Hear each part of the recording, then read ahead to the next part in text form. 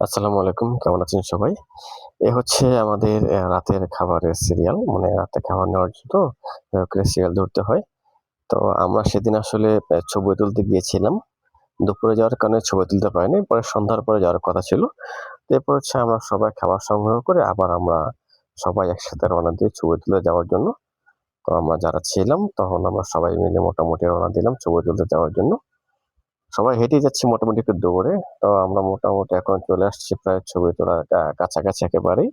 এই আলমদিনা মাঠের পাশেই। এই হচ্ছে সেই কাঙ্ক্ষিত দোকান যেখানে আমরা ছবি তোলার জন্য দুপুরে এসেছিলাম। এখন আবার আসলাম ছবি তোলার জন্য। মোটামুটি আমরা যারা আছি সবাই এখন স্টুডিওর ভিতরে। এখানে মূলত আমাদের ছবি তুলতে হবে। এখানে হচ্ছে একটু ছবি তোলা লাগে যেন আসলে ন্যাচারাল একটা ভাইব আসে ছবির মধ্যে।